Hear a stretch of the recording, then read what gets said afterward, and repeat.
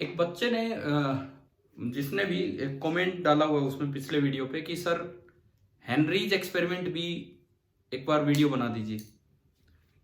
मैंने आपको Faraday's experiment बताए थे 2-3 स्टार्टिंग में ईएमआई। Yes sir. एक्चुअली वो खाली फेराडे के एक्सपेरिमेंट नहीं है, ऑन रिकॉर्ड वो जो एक्सपेरिमेंट्स हैं these were the experiments carried out by both Faraday and Henry. कोई अलग एक्सपेरिमेंट नहीं है हेनरी के, और एग्जैक्टली उस फॉर्म में भी वो एक्सपेरिमेंट नहीं है जैसे मैंने आपको बताया। मैंने तो ये बताया कि एक रेड से कलर का एक मैग्नेटिक फील्ड बना के दिखा दिया, उसको मूव किया। असल एक्सपेरिमेंट में तो एक मैग्नेट बनाना होगा, उसको पास लेके उसको दूर लेके, या कोयल को पास लेके कोयल को दूर लेके। तो ये जो चीजें हैं ये फेराडे और हेनरी के कॉमन एक्सपेरिमेंट्स हैं जिनसे उन्होंने रिजल्ट निकाला था। कहीं पे भी रिकॉर्ड्स में ये नहीं है कि ये वाला एक्सपेरिमेंट फेराडे का है और ये वाला एक्सपेरिमेंट हेनरी का है। ये कॉमन एक्सपेरिमेंट है जो इन सभी के हैं।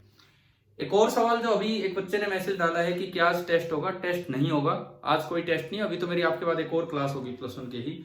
आप लोग लेकिन ये मैसेजेस रोकिए। ये मैं एक दिन पहले भी कह रहा था, क्लास के बीच में इतने मैसेज मत डालिए। अगर कुछ पूछना है तो बेशक, क्योंकि मैं स्क्रीन की तरफ नहीं देख रहा होता हूँ मैसेज पढ़ने के लिए, मेरा ध्यान बोर्ड की तरफ होता है। आप बोल दीजिए अगर कुछ पूछना हो तो।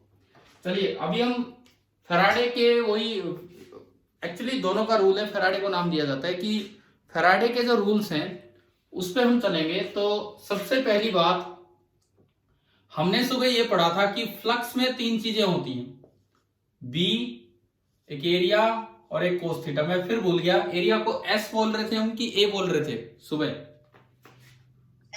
एस, ठीक है। अगर आप चाहते हैं कि ये टाइम के साथ चेंज हो तो 3 तरीके थे। या तो बी को टाइम के साथ चेंज कीजिए, या फिर एरिया को टाइम के साथ चेंज कीजिए, या फिर थीटा को टाइम के साथ चेंज कीजिए। यहां ये मैंने आपको सुबह पढ़ाया था, कुछ डायरेक्शन बताई थी, कुछ मैग्नीट्यूड बता दिया था शायद। अगर वो बीच में जस्ट वो वीडियो बंद हो गया था सुबह लाइव क्लास, तो मैंने वीडियो डाल भी दिया था क्या है क्या नहीं। इस तरह से जो ईएमआई होता है जिसमें लूप मूव नहीं कर रहा है, केवल मैग्नेटिक फील्ड चेंज हो रहा है, उसे बोलते हैं स्टैटिक ईएमआई। एंड ये जो है इन्हें हम बोल देते हैं डायनामिक या फिर मोशनल ईएमआई। इमोशनल नहीं है, कभी इमोशनल मोशनल मतलब मोशन हो रहा है, ठीक है। इसमें भी ये वाला पढ़ेंगे ड्यू टू ट्रांसलेशनल मोशन, ये वाला हम पढ़ेंगे due to translational motion. And दूसरे वाला हम पढ़ रहे होंगे ड्यू टू रोटेशनल मोशन। एक बार एक बच्चा ये देख के बताइए कितने पार्टिसिपेंट्स आ चुके हैं? 40। चलो ठीक है, कोई नहीं। ड्यू टू रोटेशनल मोशन 40 भी बहुत हैं। इधर देखिए, आप बताओ क्या सुबह ये वाला क्लियर हो गया था? ये जो पार्ट है, ये ध्यान है, सुबह में मैग्नेट को पास लेके आ रहे थे, मैंने डायरेक्शन और मैग्नीट्यूड दोनों निकालने सिखाए थे सुबह, ठीक है। इन सब के लिए कॉमन रूल है, इन सब के लिए कॉमन रूल है जिसे बोलते हैं लेंज लॉ। लेंज एक साइंटिस्ट का नाम है जिसने डायरेक्शन देखने का एक आसान तरीका बताया था। लेंज ने ये डायरेक्शन देखने का एक आसान सा तरीका बताया। लेंज लॉ क्या कहता है कि जो ईएमएफ आएगा उसकी पोलैरिटी के बारे में ये रूल है, the polarity of induced EMF, मतलब वो किस तरह करंट फ्लो करेगा, is such that the polarity of induced EMF is such that. बताओ सुबह क्या सिखाया था, किस तरह से वो पोलैरिटी ऑफ इंड्यूस्ड ईएमएफ होती है। अगर ये मैं यूं लिखूं कि such that it tends to produce a current, कि उस ईएमएफ की वजह से जो करंट आएगा। अब आप इस लाइन को पूरा करवाओ कि भाई क्या पढ़ाया था सुबह, उस करंट का क्या काम होगा। जो भी चेंज इन मैग्नेटिक फ्लक्स है उसको अपोज करना कि सपोर्ट करना? Oppose.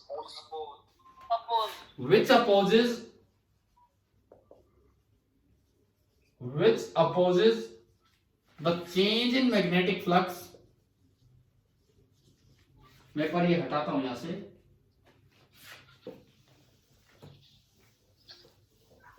which opposes the change in magnetic flux। कौन सा मैग्नेटिक फ्लक्स? मैग्नेटिक फ्लक्स तो आसपास कई हो सकते हैं। कौन सा मैग्नेटिक फ्लक्स किसमें चेंज को ये अपोज कर रहा होगा? जो रिस्पॉन्सिबल है इस करंट के आने के लिए, that produced it, that produced it. आप बताइए क्या ये स्टेटमेंट समझ में आ रही है कि नहीं आ रही है? हाँ भाई, क्लियर है ये चीज? अब मैं इसमें एक बात और ऐड करता हूं। ये स्टेटमेंट तो कई बुक्स में आपको मिल जाएगी, इसमें एक और चीज मैं ऐड कर रहा हूं कि ये जो अपोजिशन है, it does not succeed completely, it does not succeed completely. मतलब ये जो करंट आएगा ये कोशिश करेगा चेंज को अपोज करने की। ऐसा नहीं है कि ये चेंज को खत्म ही कर देगा। क्यों? क्योंकि ये जो इंड्यूस्ड करंट होगा, because the flux produced by induced current, because the flux produced by induced current इतना कम आता है EMI से। ये जो करंट बना है ये इतना कमजोर होता है जो एक्चुअल करंट है उसके मुकाबले, कि इससे जो फ्लक्स बनेगा वो काफी छोटा होता है ओरिजिनल करंट का। इसको अगर मैं आगे लिखूं, is only A tiny fraction of the original, is only a tiny fraction of the original। कि जो भी ओरिजिनल करंट है उसका हल्का सा ये पार्ट होता है, तो इसलिए जो चेंज होगा उसको अपोज करेगा, लेकिन उसको खत्म नहीं करेगा। चेंज को अपोज जरूर करेगा, चेंज को ये अपोज करेगा, लेकिन ये खत्म नहीं कर पाएगा इस तरह से। अच्छा, अगर पूछा जाए कि लेंज लॉ किस पे बेस्ड है, तो this law is based on conservation of energy.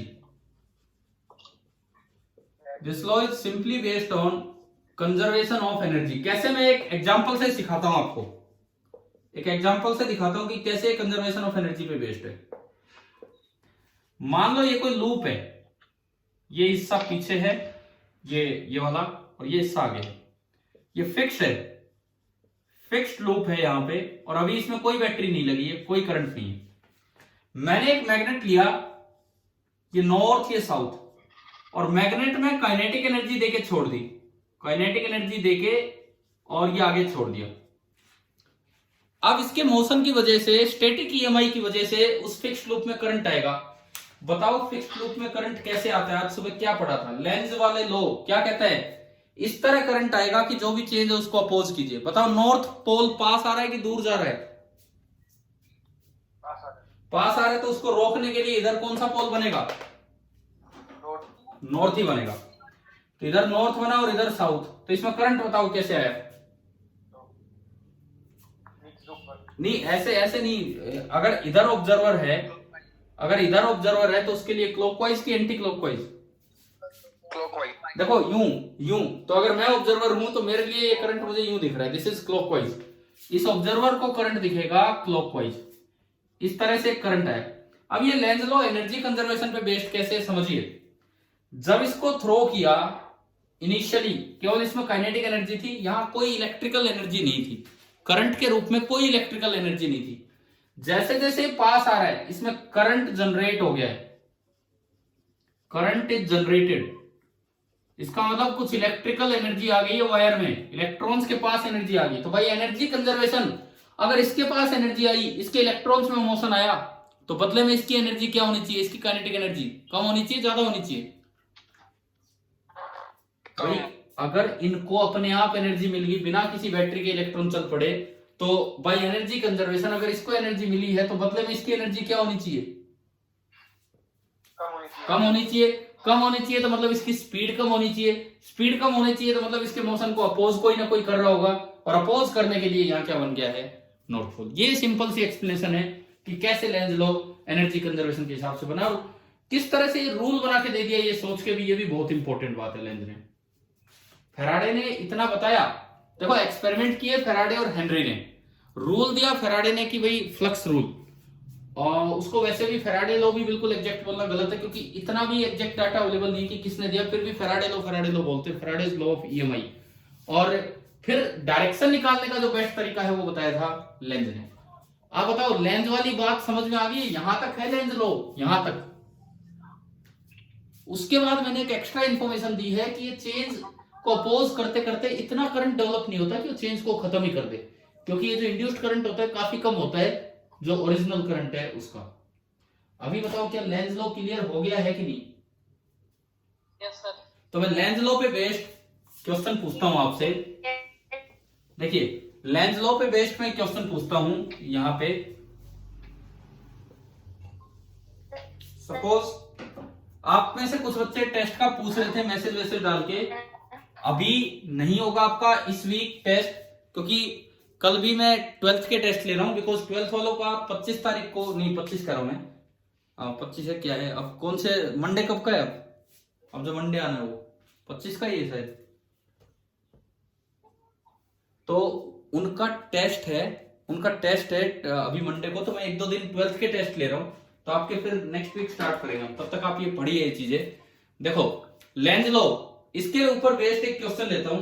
मान लो यहां क्रॉस्ड मैग्नेटिक फील्ड है। सपोज कीजिए यहां पे क्रॉस्ड मैग्नेटिक फील्ड है, क्रॉस्ड मतलब अंदर की तरफ, और मुझे यूं दिया गया है कि एक कोई लूप है, मैं कोई लूप का नाम दे रहा हूं, जैसे एक रेक्टेंगुलर लूप है। ये अंदर की तरफ एंट्री कर रहा है किसी भी स्पीड के साथ, एक कंडक्टिंग लूप है जिसमें कोई बैटरी नहीं लगी है। और मान लो मैं इस लूप को नाम दूं ABCD इस तरह से, ताकि आप करंट की डायरेक्शन मुझे बता पाए। अब बताओ जैसे ये लूप इसमें एंटर करेगा, और एक लूप में बाहर मान रहा हूं, एक लूप में यहां से निकलता हुआ बाहर की तरफ मान रहा हूं, और इसको मैं नाम दे रहा हूं XYZ। चलो भाई ड्यू टू EMI ABCD में देख के बताओ, जैसे जैसे लूप इसके अंदर एंटर करेगा फ्लक्स बढ़ेगा या कम होगा टाइम के साथ? बताओ। अभी ये लूप बाहर है तो इसमें से कोई फील्ड लाइन नहीं जा रही, तो कोई फ्लक्स नहीं है। जैसे लूप अंदर आना स्टार्ट होगा, मैग्नेटिक फ्लक्स टाइम के साथ बढ़ेगा या कम होगा? बोलिए। ये लूप अभी बाहर था और अब ये लूप फील्ड में एंटर करने लग गया है। अब ये लूप फील्ड में एंटर करने लग गया, तो जैसे जैसे एंट्री लेता जाएगा मैग्नेटिक फ्लक्स इस लूप में से बढ़ेगा या कम होगा? बढ़ेगा। कारण सुनो, हमें केवल वो एरिया लेना होता है BS cos थीटा में जो फील्ड के अंदर है। तो फील्ड के अंदर धीरे धीरे एरिया बढ़ता चलेगा। यानी कि अगर मैं इस लूप की बात करूं तो मैग्नेटिक फ्लक्स इज इंक्रीजिंग। अब आप ये बताओ लेंज लॉ सामने लिखा है, अगर मैग्नेटिक फ्लक्स बढ़ रहा है तो इस चेंज को अपोज करने के लिए करंट ऐसे आएगा, जो इंड्यूस्ड करंट होगा वो ऐसे आएगा कि वो इसको कम करवाए, है ना। इंड्यूस्ड करंट ऐसे आएगा कि वो इसको कम करवाए। कम करवाने का तरीका ये है कि जिधर भी अप्लाई कर रखा है, जिधर आपने बी अप्लाई कर रखा है उससे अपोजिट डायरेक्शन में इंड्यूस्ड करंट का बी हो। यानी कि अगर बी अप्लाइड अंदर है तो बी इंड्यूस्ड बाहर हो। बी इंड्यूस्ड बाहर कैसे होगा बताओ? करंट इस लूप में क्लॉकवाइज फ्लो करवाएं कि एंटी क्लॉकवाइज? अब तो सामने से दिख रहा है, इस लूप में कोई करंट इंड्यूस होगा, वो या तो ऐसे होगा या ऐसे होगा, या तो क्लॉकवाइज होगा या एंटी क्लॉकवाइज। हाँ, हमें फ्लक्स जो बी अप्लाइड है वो अंदर की तरफ है, और आप ये बढ़ रहा है तो इसको कम करवाना चाहते हो, तो जो बी इंड्यूस होना चाहिए वो बाहर की तरफ होना चाहिए।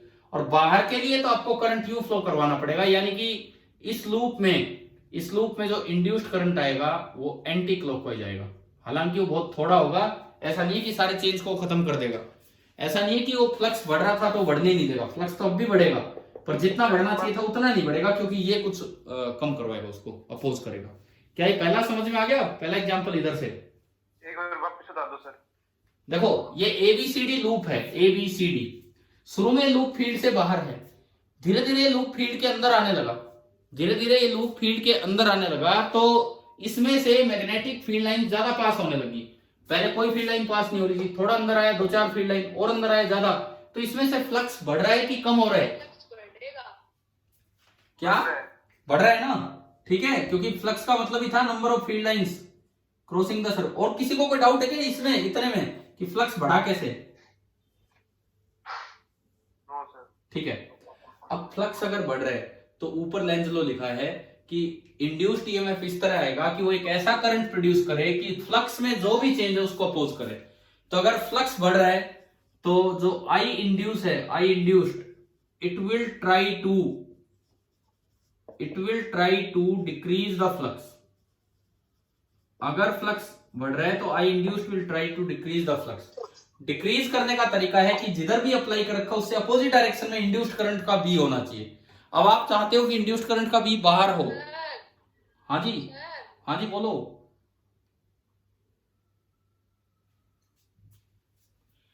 बोलिए अगर कुछ डाउट है तो इसमें।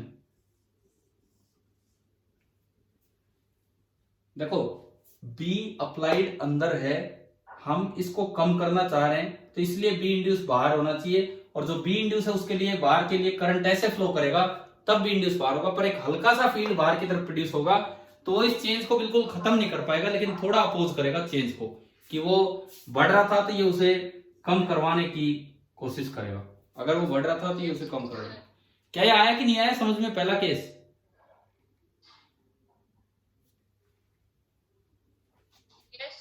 ठीक है, सेकंड पे चलो। सेकंड, इसमें बताओ ये लूप बाहर निकल रहा है कि इसके अंदर एंटर कर रहा है?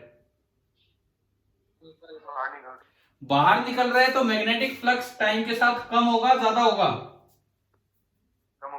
कम होगा। कम होगा तो बी इंड्यूस उसे बढ़ाने की कोशिश करेगा। कम होगा तो इसका मतलब B induce will try to increase the magnetic flux. देखिए, अब अगर ये इंक्रीज करना चाहेगा, अब अगर ये इंक्रीज तो जो बी इंड्यूस है, भाई बातें नहीं बीच में, ये अपना माइक ऑफ कीजिए, आप लोग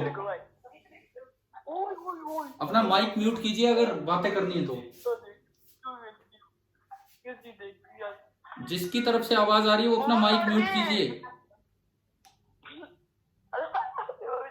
सर ये कोई कनी का नाम से है भैया, माइक ऑफ कीजिए ना। ये जो भी है अपना ध्यान दीजिए इधर। देखो सुनो, B induce will try to increase. अब इधर आओ, इस चीज पे आओ, छोड़ो आप ये बीच में बातें ना करें। इधर देखिए, जैसे आप इसको बाहर निकालने लगेंगे, जैसे आप इसको आगे लेके जाएंगे, बी इंड्यूस फ्लक्स कम होगा तो जो इंड्यूस्ड करंट है वो इस फ्लक्स को बढ़ाने की कोशिश करेगा, फ्लक्स में चेंज को अपोज करेगा। ऐसा नहीं है कि फ्लक्स हमेशा कम करवाने के लिए करंट आएगा।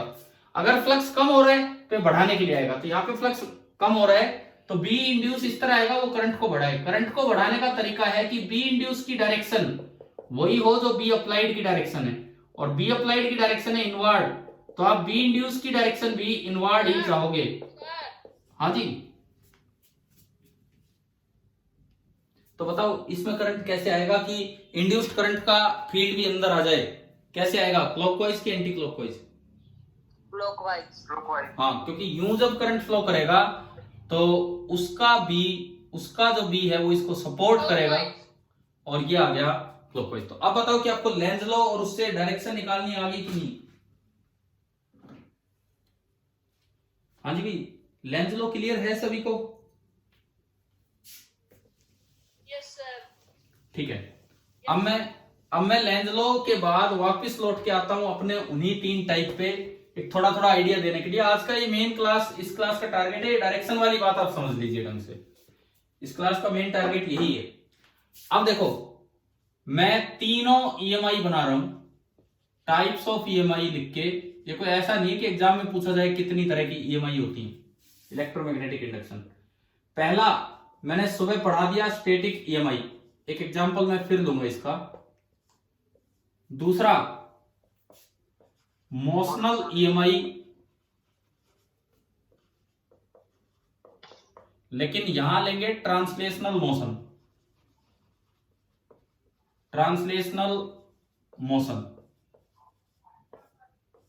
तीसरा मोशनल ईएमआई ही होगा, डायनेमिक भी बोल देते हैं इन दोनों को। यहां कौन सा मोशन लेंगे हम, बताओ? यहां लेंगे हम रोटेशनल मोशन। अब इस क्लास में अगर 15 मिनट भी बचे हो तो हम 5-5 मिनट देके इनको 5-5 मिनट के तो 2 मिनट में कर रहे हैं। देखो पहला जस्ट डायरेक्शन वाली बात अभी ले रहे हैं, मैग्नीट्यूड नहीं, जस्ट डायरेक्शन। मान लो ये कोई लूप है, ये हिस्सा पीछे की तरफ है और ये हिस्सा आगे की तरफ है। यहां से मैंने एक मैग्नेट को ड्रॉप किया, ये साउथ पोल है और ये नॉर्थ पोल है, और ये अभी साउथ पोल इसकी तरफ आ रहा है। आपसे पूछा जाए कि भाई बताओ कैसे करंट फ्लो करेगा इंड्यूस्ड करंट, देखने वाला ऑब्जर्वर ये है, ऊपर से देख रहा है ये ऊपर से, तो इसको क्लॉकवाइज दिखेगा कि एंटी क्लॉकवाइज। क्योंकि देखो जब आप बोर्ड पे डायग्राम यूं बनाते हो लूप का, तो आपको ऑब्जर्वर नहीं दिखाना पड़ता, आप खुद ऑब्जर्वर हो, सामने से देखते हो क्लॉकवाइज एंटी क्लॉकवाइज, यूं या यूं, इनमें आपको ऑब्जर्वर दिखाना पड़ेगा कि किधर से चले। तो अब बताओ, आप स्टार्ट कीजिए लेंज लॉ के अकॉर्डिंग। करंट आने का कारण क्या होगा, इसमें करंट आने का कारण क्या होगा? पहली बात क्या लूप मोशन में है कि रेस्ट पे है? तो इसीलिए स्टैटिक ईएमआई है। बी चेंज हो रहा है, देखो यहां बी चेंज करेंगे, यहां एस चेंज करेंगे और यहां थीटा चेंज करेंगे। बी चेंज हो रहा है, उस वजह से ये ईएमएफ आएगा। क्या कारण है बी क्या चेंज होने का, क्या कारण है करंट आने का? कौन पास आ रहा है, कौन सा पोल? साउथ पोल पास आ रहा है, उसे पास मत आने दो। साउथ पोल पास आ रहा है, उसे पास मत आने दो। तो कोई क्या बनाएगी ऊपर? साउथ ही बनाएगी। नीचे नॉर्थ, ऊपर साउथ बनाना है, नीचे नॉर्थ बनाना है, तो करंट इस तरह हो कि अंगूठा नीचे जाए। बताओ करंट कैसे बना? यू बना कि नहीं? करंट यू बना कि नहीं, पहले तो ये बताओ। ठीक है, इसका मतलब जो आई इंड्यूस आया, अपने आप जो आई इंड्यूस आया वो ऐसे बना। आया समझ में यहां तक? ठीक है। अब अगर आप ऊपर से देखते हो, आप अगर ऊपर से देखते हो और आपको करंट यूं घूमते हुए दिख रहा है, तो आपके लिए ये क्लॉकवाइज है कि एंटी क्लॉकवाइज है? क्लॉकवाइज। तो ये ऑब्जर्वर कहेगा कि करंट क्लॉकवाइज है। ये बताओ स्टैटिक ईएमआई की डायरेक्शन आ गई समझ में? ठीक है। अब ये देखो आप, motional EMI due to translational motion, इसमें देखिए भाई, आज मैंने आपको जानबूझ के पहले लिंक नहीं भेजा मीटिंग का, क्योंकि आप लोग पहले स्टार्ट कर देते हो, उससे हमारा टाइम कम हो जाता है फिर। ठीक है, मैं आगे से इसी तरह से लिंक भेज रहा हूँ आपको 5 मिनट पहले। सर हाँ जी सर, इसको ये आने क्यों नहीं दिया नीचे मैग्नेट को? साउथ पोल है इसलिए। ना मैग्नेट तो आएगा नीचे, मैग्नेट को आने से कौन रोक रहा है? लेंज ने अभी एक रूल दिया था एनर्जी कंजर्वेशन के हिसाब से कि अगर मैग्नेट पास आ रहा है और इस वजह से इसमें करंट आया, तो कुछ एनर्जी तो करंट के रूप में यहां जाती गई, तो मतलब बदले में उसकी काइनेटिक एनर्जी कुछ ना कुछ कम होगी। लेंज की, चलो उन बातों को छोड़ो, दोबारा सुनो। लेंज ने क्या कहा कि करंट आने का कारण क्या है, उस कारण को अपोज करने के लिए करंट आएगा। करंट आने का कारण क्या है? कौन अप्रोच कर रहा है इस कॉइल को? कौन सा पोल अप्रोच कर रहा है उस कॉइल को? South pole. तो कॉइल जो भी हो रहा है उसको नहीं होना देना चाहती। इस तरह से साउथ पास आ रहा है तो मत आने दो, साउथ दूर जा रहा होता तो मत जाने दो। मतलब साउथ पास आ रहा है तो मत आने दो, तो रिपेल करने के लिए साउथ बना लो उधर। साउथ दूर जा रहा होता तो मत जाने दो, तो रोकने के लिए नॉर्थ बना लो। ये सब है। तो साउथ पास आ रहा है तो मत आने दो, तो साउथ को रोकने के लिए यहां साउथ बनाओ, साउथ को रोकने के लिए यहां साउथ बनाओ, ऊपर साउथ नीचे नॉर्थ, तो उसके लिए करंट ऐसे आएगा। क्या ये समझ में आया कि नहीं आया? बताओ यहां तक। हाँ भाई, क्या नॉर्थ पोल को नहीं रोकना, साउथ पोल को रोकना है सर। हाँ, जो नियरेस्ट होगा उसको, भाई जो नियरेस्ट है उसकी फील्ड लाइन आएंगी, जो नियरेस्ट है उसकी फील्ड लाइन आएंगी, वो फ्लक्स में चेंज करवाने के लिए रेस्पॉन्सिबल है। ठीक है। अगर मैं इसको उल्टा बना देता, यहां नॉर्थ यहां साउथ, और अब ये यूं आता, तो कोयल को लगता कि नॉर्थ आ रहा है तो रोको भाई मत आने दो, आ रहा है तो मत आने दो, तो नॉर्थ यहां बनता और नीचे क्या बनता? साउथ। और अब करंट की डायरेक्शन ऐसे हो जाती, ऐसे, और इसको दिखता कि करंट एंटी क्लॉकवाइज है। बताओ यार ये चेंज आ गया कि नहीं आया समझ में? क्या चेंज आ गया है कि नहीं आया इसमें? बताइए, क्लियर हुआ ये चेंज? आ गया सर। ठीक है। अब सुनो, दोबारा एक और देख लो, इसी में देख लो आप। मान लो ये हो जाता, की डायरेक्शन कैसे निकाले? किसकी करंट की डायरेक्शन ही तो निकाल रहे हैं बार बार। दोबारा देखिए, और अब मैं नीचे से दिखाता हूं। इसमें ये ऑब्जर्वर है, ये ऑब्जर्वर है, ऊपर से देख रहा है। मैग्नेट जा चुका, अब मैग्नेट यहां आ चुका। अब देखो, आप सपोज कीजिए मैग्नेट का ये साउथ है, ये नॉर्थ है, मैग्नेट क्रॉस करके जा चुका, मैग्नेट जा नीचे रहा है। अब बताओ कोयल को क्या लग रहा है, कोई पास आ रहा है, कोई दूर जा रहा है? दूर जा रहा है। कौन सा पोल कोयल को नजर आएगा दूर जाते हुए? नॉर्थ। तो मत जाने दो, अरे मत जाने दो। कोयल ये चाहेगी भी रोको, नॉर्थ को रोको। रोकने के लिए कोयल नीचे कौन सा पोल बनाएगी? साउथ। साउथ। और ऊपर नॉर्थ। तो अंगूठा ऐसे आना चाहिए राइट हैंड का करंट में कि ऊपर की तरफ आए। तो ये करंट ऐसे आया। अब मैं यहां से देखता हूं तो मुझे करंट यूं दिख रहा है, मैं यहां से। तो ये क्लॉकवाइज है कि anti clockwise? Anti clock. Anti clockwise. अब बताओ यार, क्या ये क्लियर हुआ कि नहीं कि स्टैटिक ईएमआई में ओनली 1.13 है, गोरे क्लास और लगे बैठ जा अपन भाग से बना दे। ये कर रहा है, ये क्या हो रहा है? मैं क्या कर रहा हूं? क्या हो रहा है ये? इधर सुनो, मन की भी ना करो। इधर सुनो आप। क्या ये पहला काम समझ में आ गया, स्टैटिक ईएमआई? Yes sir. ठीक है। अब मोशनल ईएमआई उस पे तो नहीं जा पाएंगे, देखते हैं ये दूसरा भी पूरा हो जाए तो।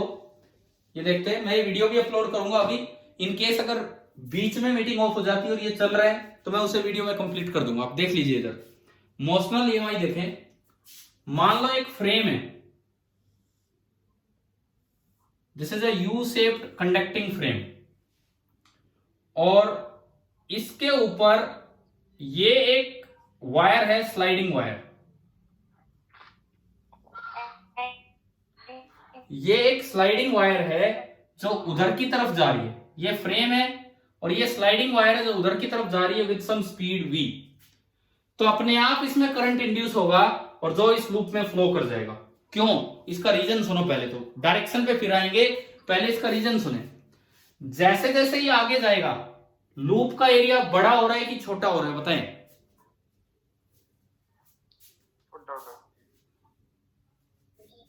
दोबारा सुनो, ये motional EMI due to translational motion है। मान लीजिए ये लेंथ है L, ये लेंथ है L, इसकी भी लेंथ है L इस वायर की, और हम इस वायर को ट्रांसलेटरी मूव करा रहे हैं जिससे एक लूप में करंट फ्लो कर जाएगा। उधर तो कोई लूप है ही नहीं, उधर तो सर्किट ही कंप्लीट नहीं है। इधर अभी बताओ, जिस तरह मैंने आपको ये ले जाते हुए दिखाया है, जैसे जैसे आगे जाएगा क्या बी चेंज हो रहा है? बताइए, क्या बी चेंज हो रहा है?